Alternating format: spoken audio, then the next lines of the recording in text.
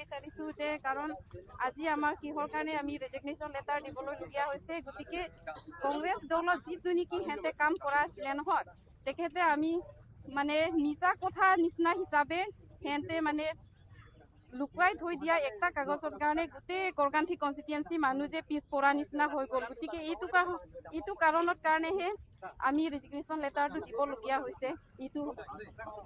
এইটো কথাতেহে আমি যাওঁ আৰু আমাৰ CM ছাৰৰ কাৰণে আমি গোটেইকেইটা আমাৰ কৰকান্থী কনষ্টিটুৱেঞ্চিৰ মানুহ যে ভাল পায়, গোটেই ডেভেলপমেণ্ট ক্ষেত্ৰত কি কৰি আছিলে, এইটো কাৰণেহে মানে গোটেই ভাল পোৱাৰ কাৰণেহে মানে কি গোটেই ৰাইজসকলেহে মানে সিহঁতে কিবা ভাবি পেলাই মানে ওলাই আহিছোঁ আজি এগোট আমি মিটিং হ'বলৈ কাৰণে। সেইটো কাৰণে আমি ইয়াত ৰেজিগনেশ্যন লেটাৰ দিয়াৰ পিছত আমি CM ছাৰ ওচৰত লৈ আমি যাওঁ। এতিয়া জইনিং প্ৰগ্ৰামটো আমি তাতে পাতোঁ বোলেহে BJP জইন কৰিব। সেইটো কাৰণেহে আমাৰ আজি মিটিংখন ছাৰে ইমান সময় নাথাকাৰ পৰা আমাৰ CM ছাৰে আমাৰ কৰকান্থী মানুহৰ কাৰণে মৰম কৰি পেলাইহে আজি মাতিছিলে। সেইটো কাৰণে আমি তাতে যাব লাগিব। সেইটো কাৰণে মোৰ কথা ইমানলৈকেহে সামৰিছোঁ আৰু থেংক ইউ। আমি চুধলং কৰকান্থীৰ পৰা যিটো আমি আহিছোঁ, সমূহ ৰাইজে অহাটো বোলে আমাৰ এই কাৰ্বি আংলঙত যিটো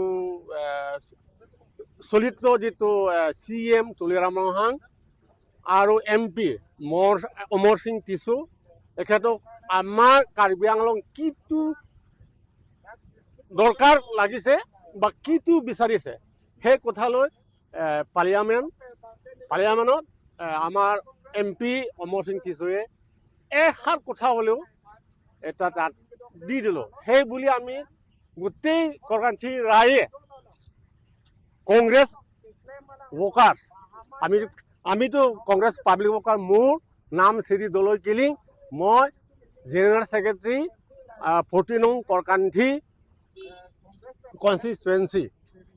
মই আজি নহয় এই CM ডক্টৰ তুলিৰাম ৰহাং অধীনত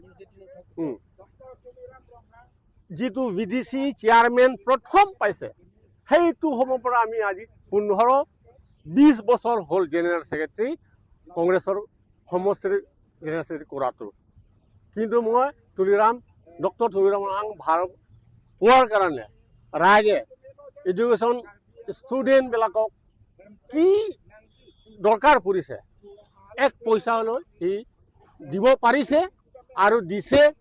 নিশ্চয় আমি মিডিয়া পেপাৰ বা টিভিত আমি পালোঁ। সেই ভালৰ কাৰণে আমি কংগ্ৰেছৰ এৰি আজি মাছ ৰেজিগনেশ্যন দিবলৈ আমি আহিছোঁ। কিমান মানুহ আহিছে আপোনালোকৰ? 7 above আছে, 728 জন। আমি আজি ৰিজাইন দিম, মাছ ৰেজিগনেশ্যন, তাৰপাছত অলপ সময় লৈ আকৌ আমি আজি জইনিং BJP তাত আমি জইনিং কৰিম। ইমানখিনি কৈ মই সমাপ্ত কৰিলোঁ।